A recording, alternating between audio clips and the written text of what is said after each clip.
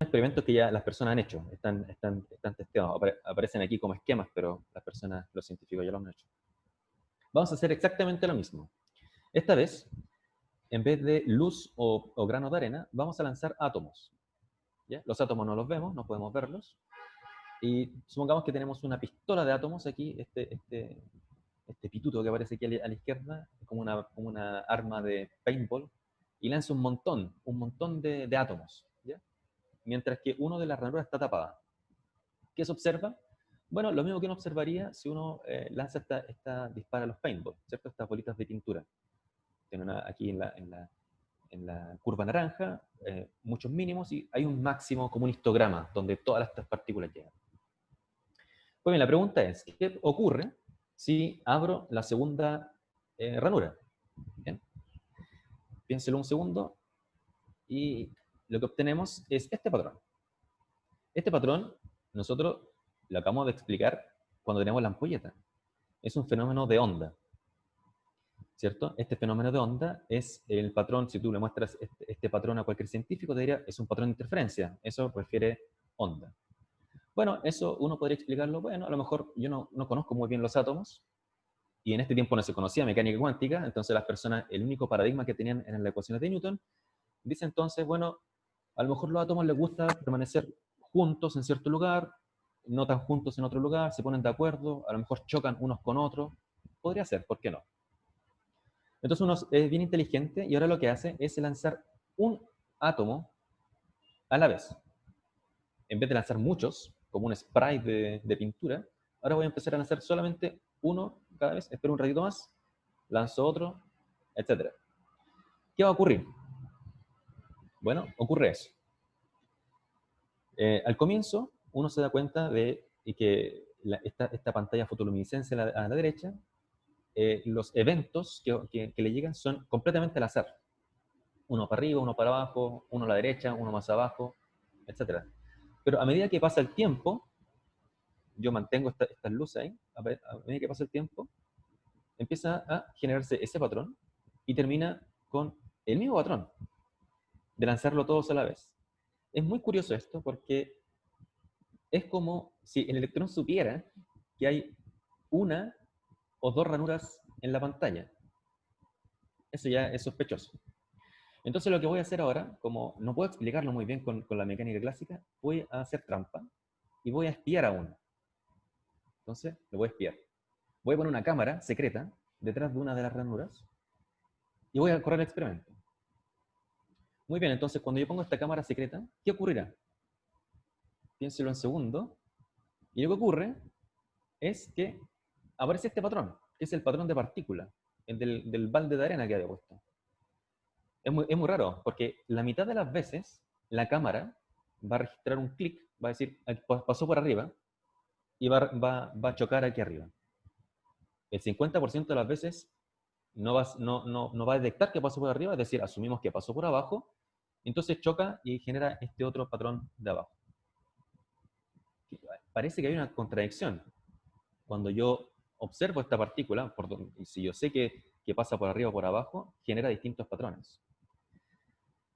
Bien, vamos a hacer un último, incluso más inteligente aún. Voy a ir, como dice Jim Al-Khalili, voy a ir despacio en el laboratorio y voy a desenchufar la cámara. No le voy a decir a los átomos. Voy simplemente y la voy a desenchufar. Va a estar ahí, no va a detectar.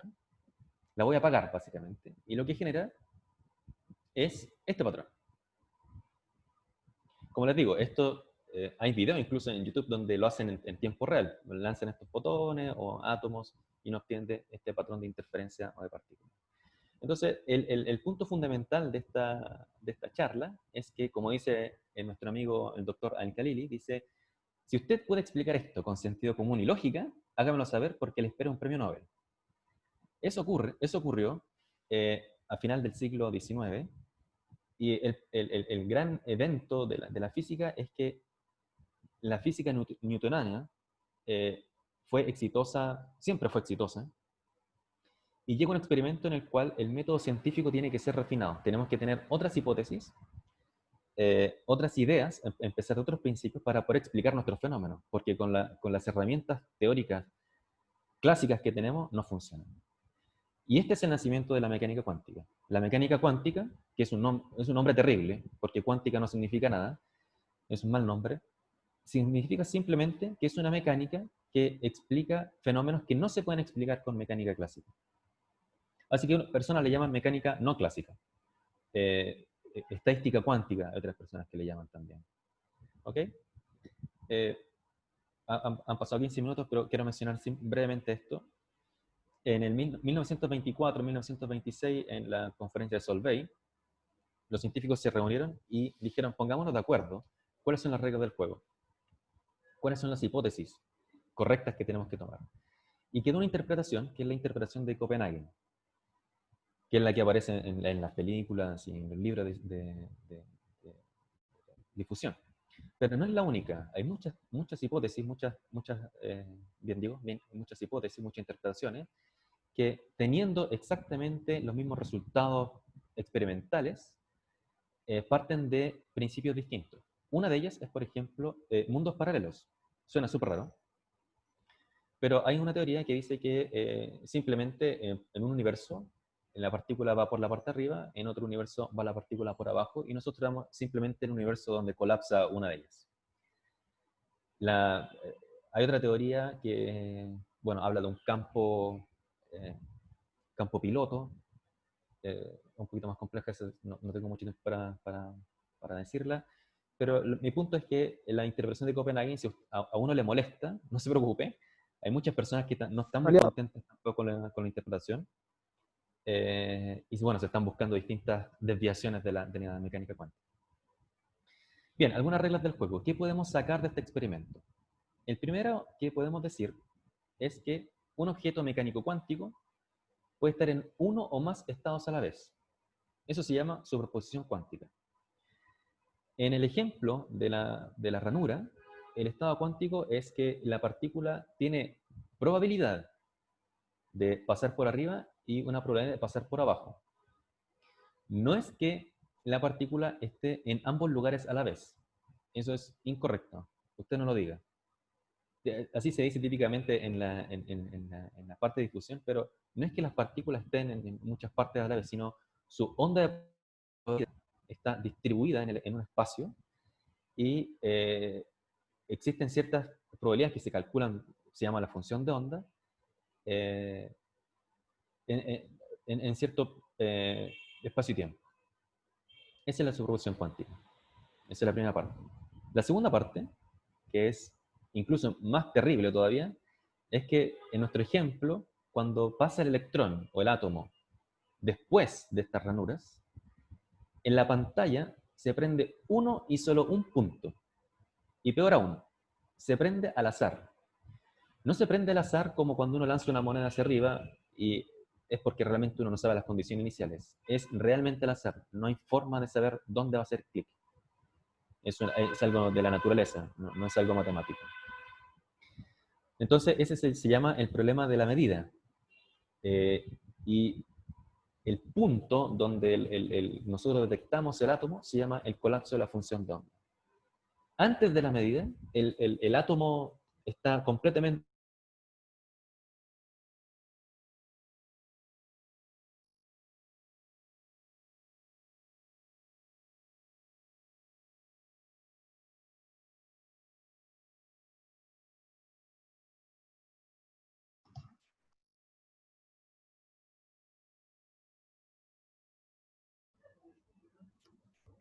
Creo que es un problema técnico, ¿no? Sí. Sí, sí. Vaya a tener que seguir tú, Álvaro. Yo no sé nada de mecánica cuántica y además con el problema de la doble rendija, yo tenía un concepto erróneo ahí. Yo prefiero que no. O sea, que bueno que no me haya escuchado Víctor ahí. Creo que se desconectó. Vamos a esperar ahí.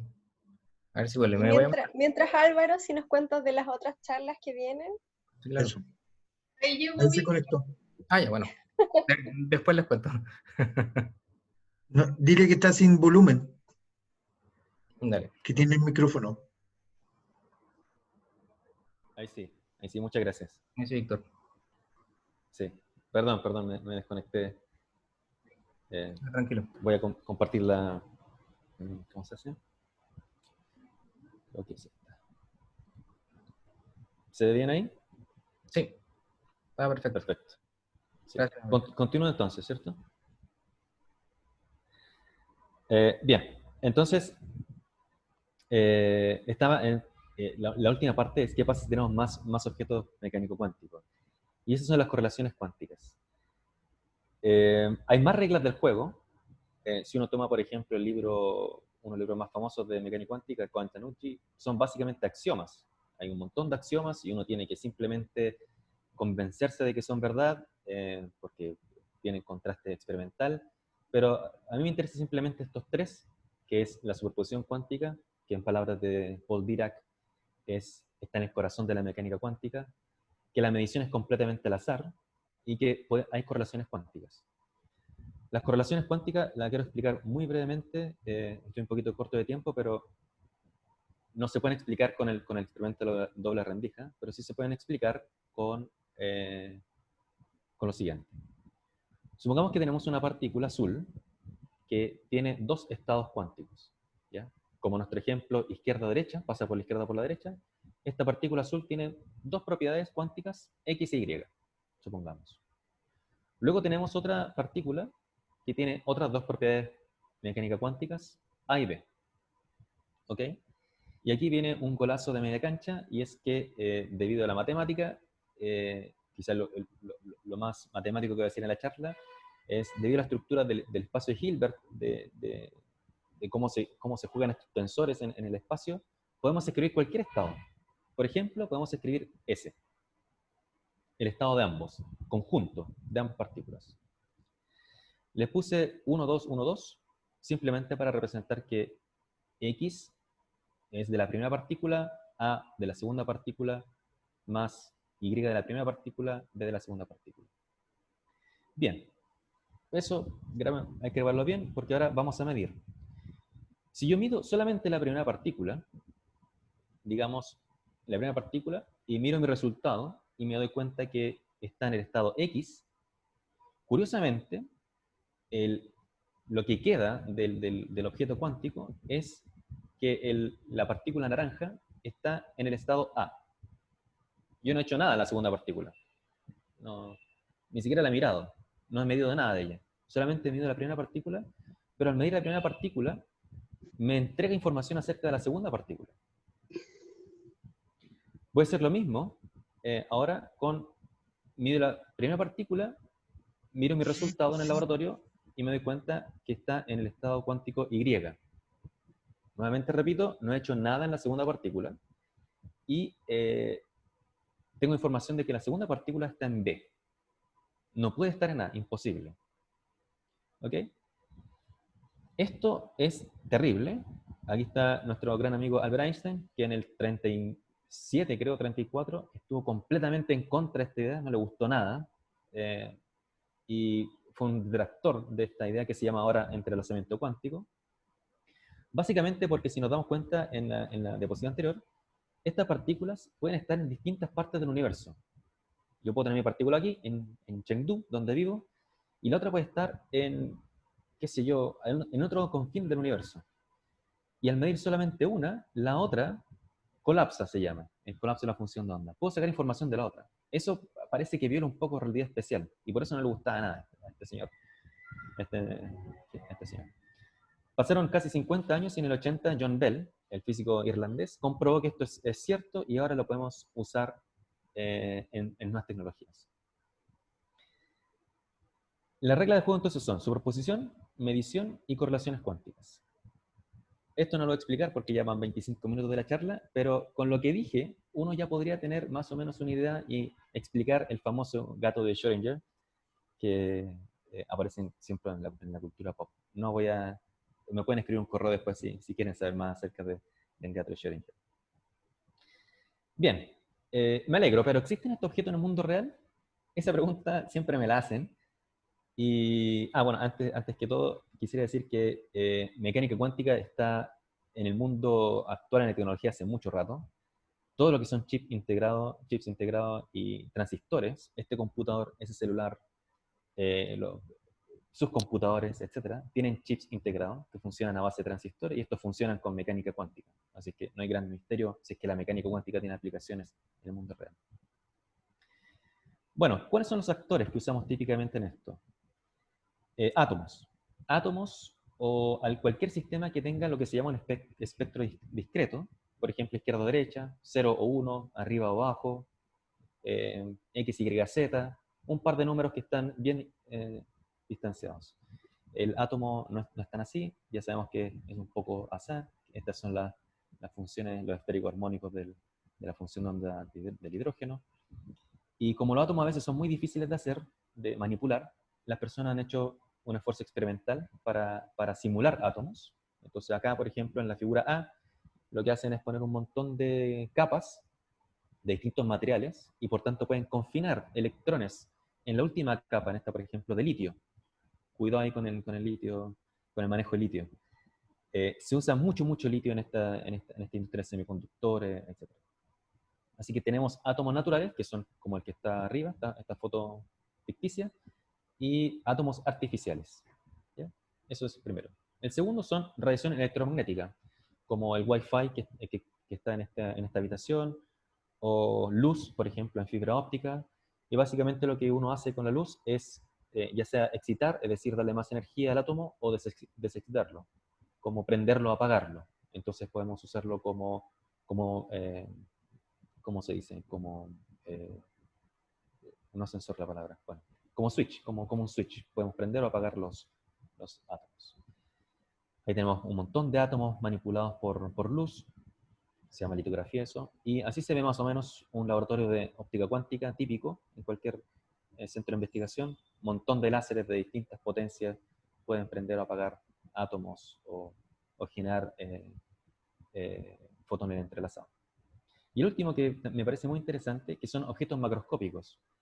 Por ejemplo, este que es un famoso paper de Nature de Kippenberg, que ese objeto que está ahí es como una membrana que vibra de 10 micrómetros, está enfriado más o menos a 10 milikelvin, casi el cero absoluto, y esa cosita vibra de forma donde sus niveles de vibración están cuantizadas.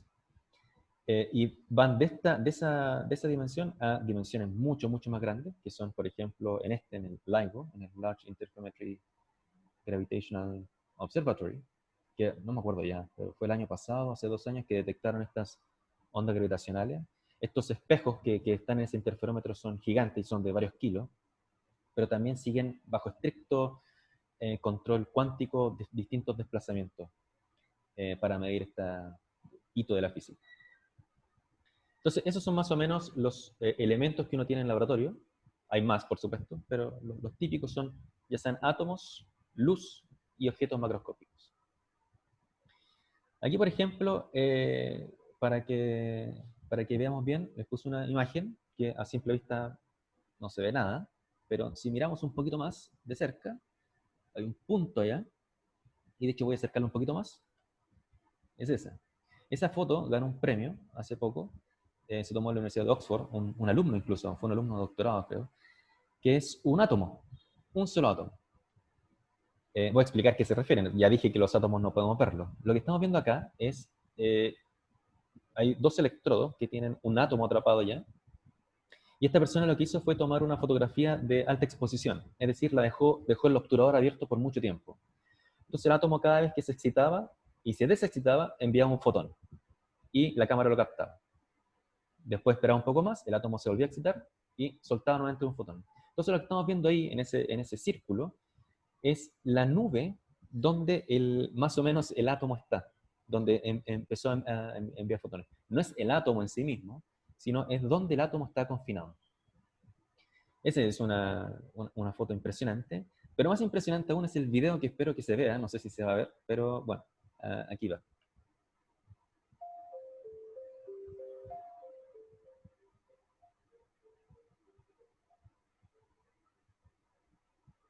Este es un cortometraje de IBM que lo que hace es manipular átomos. Nuevamente, no es el átomo en sí mismo, es la densidad electrónica. Tú ves un átomo de arriba y ese puntito que ves, ese cerro que uno ve, es donde está su estructura electrónica. Entonces toman fotos, muchos frames, y los ponen uno al lado del otro para hacer un video. Todos esos puntos son átomos individuales.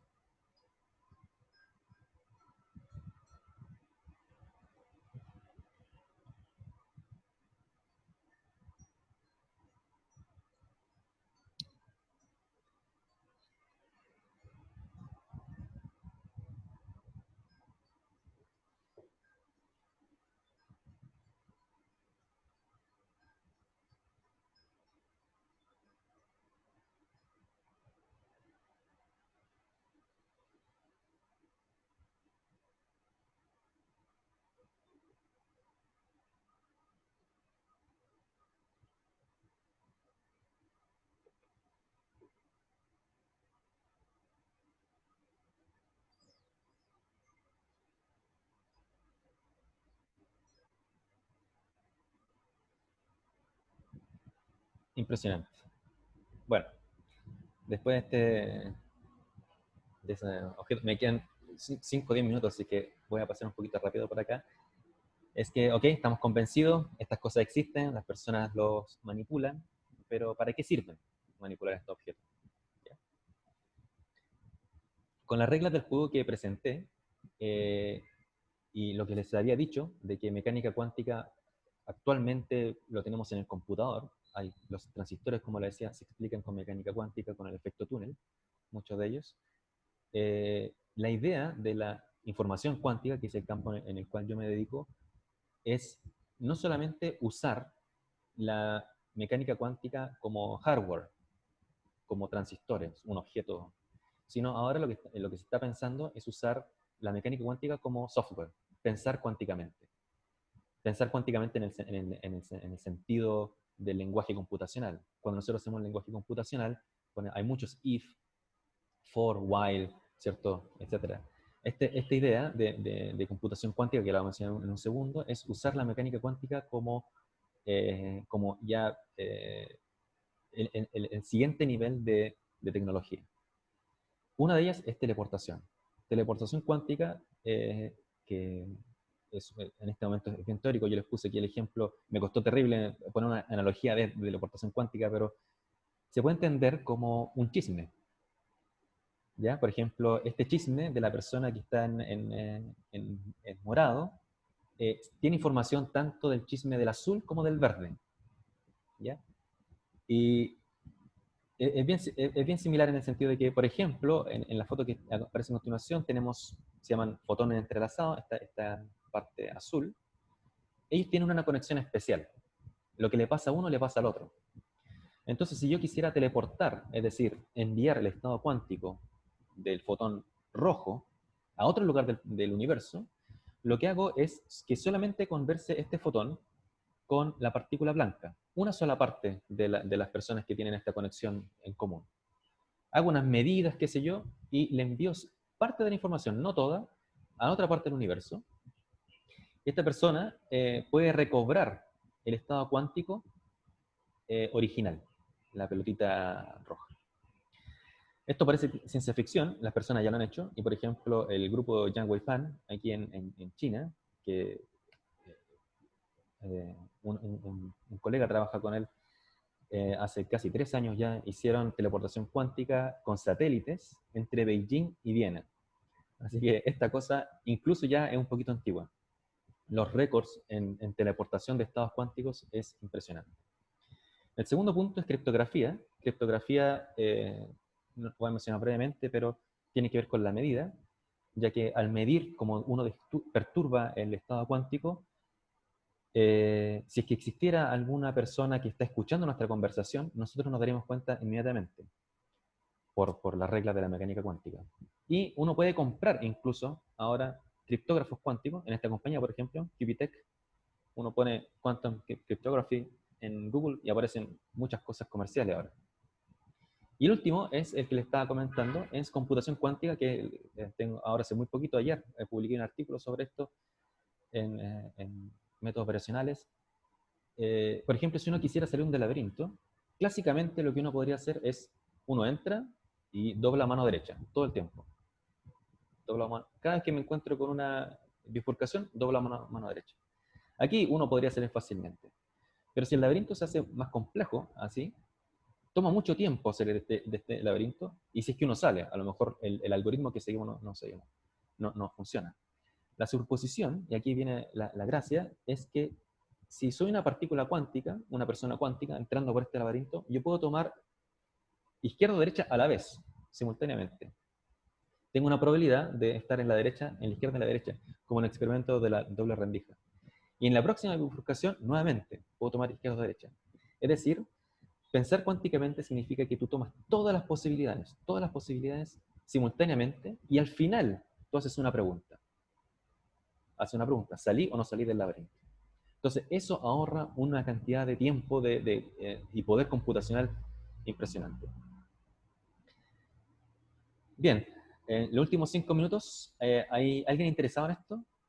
Parece física básica, elemental, y que probablemente nadie está muy interesado en esto. Bueno, hay muchos grupos interesados en esto. Esta es una compañía canadiense, ya no me acuerdo muy bien, D-Wave, que es The Quantum Computing Company. Este computador que está aquí, D-Wave, que es 2000Q, son computadores cuánticos. Ellos claman tener 4000 qubits. Se me olvidó decir. Qubits es una partícula cuántica que tiene solamente 2 estados. Y tienen un montón de servicios de nube. Tú puedes incluso pedir tiempo de cómputo ahí. Puedes enviar tu propio algoritmo. Incluso, working on a response to COVID-19, hay una pregunta aquí que ponen arriba, porque dice que nos dan acceso inmediato para el servicio cuántico de la nube, para la comunidad de expertos, porque ya voy a explicar cuál es la relevancia de entender los virus en este sistema. Y IBM, que fue el video que les mostré hace poquito, lleva también la batuta en esto. Tiene muchos científicos trabajando en quantum computing. Nuevamente, tú puedes acceder al computador cuántico de 5 qubits, puedes pedir tiempo, subir tu test, te envían simulaciones experimentales. Yo asistí a esta conferencia en Shenzhen en enero pasado. Se presentó el SpinQ, que es un computador cuántico de 4 qubits. Ahora tú puedes comprarlo, puedes tenerlo ahí y hacer tus propias simulaciones con computación cuántica. The Future is Quantum, esta me encanta porque es el de Quantum Flagship. En Europa, bueno, no traduje esto, bueno, pero en Europa se está invirtiendo 1 billón de euros en 10 años. Se están contratando 5.000 físicos relacionados con el área.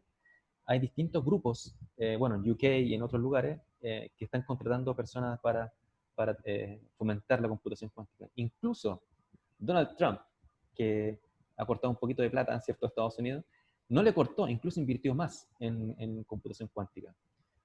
Ya sabemos por qué, o sea, tiene unas aplicaciones tremendas en computación y simulaciones. Y este paper, que no va a tener tiempo para explicarlo, pero es el año pasado, es Google. Google dijo, computación cuántica supera de una forma ya ridícula a los computadores clásicos, algo que tomaría algo así como 10.000 años en los computadores más potentes. Mecánica cuántica lo tomó menos de 1 minuto, creo, en hacerlo. Bien, financiamiento. Aquí en la parte un poco triste, aquí lo tomé de Wikipedia. ¿Cuánto invierten los países en ciencia con el GDP? Israel, por supuesto, casi 5%. China está a 15%. Y yo sé lo que se están preguntando ustedes. Chile está en el 66%, ahí con menos de un 1% en ciencia. Eso ya un poquito para pensar. Y para finalizar, ¿cómo nos puede ayudar la mecánica cuántica en tiempos de pandemia? Bueno, por supuesto, es un poco exagerado el título. En tiempos de pandemia hay ciertas políticas públicas y muchos actores tienen que estar involucrados. Pero mecánica cuántica, el aporte que tiene es, primero, entender los virus a una escala fundamental. Ese es el número 1. Aquí hay un artículo del Institute of Physics de Inglaterra que presenta cuáles son los comportamientos cuánticos que puede tener un virus. ¿Qué significa eso? Que al entenderlo mejor, yo tengo amigos que trabajan en física, en química cuántica, y lo que hacen es básicamente casi poco menos que ensayo y error. ¿Por qué? Porque los sistemas químicos o biológicos como un virus no se pueden simplificar. Yo no puedo, a diferencia, por ejemplo, nosotros en física, el Sol es un punto y nos basta para entender el reduccionismo, cómo se mueven los planetas. En química, yo no puedo remover un átomo de carbono ahí. Es otra estructura. Entonces uno tiene que tomar todo el objeto tal cual es y estudiarlo. El problema es que es extremadamente complejo y necesitamos mayor poder de cálculo. Y ahí viene la gracia de computación cuántica. Podemos tratar los virus de una forma más bien completa, sin aproximaciones, lo que podría conllevar, por ejemplo, a tener test de vacunas a una velocidad mucho más rápida. Bueno, no solamente en el área de la pandemia, tanto biología, hay mucha investigación en meteorología cuántica para, por ejemplo, hacer ECG, ¿cómo se llama esto? Electrocardiogramas de forma remota, en vez de poner electrodos, etc. Es decir, mucho poder de cálculo con mecánica cuántica y entender desde un punto de vista fundamental los sistemas químicos y biológicos.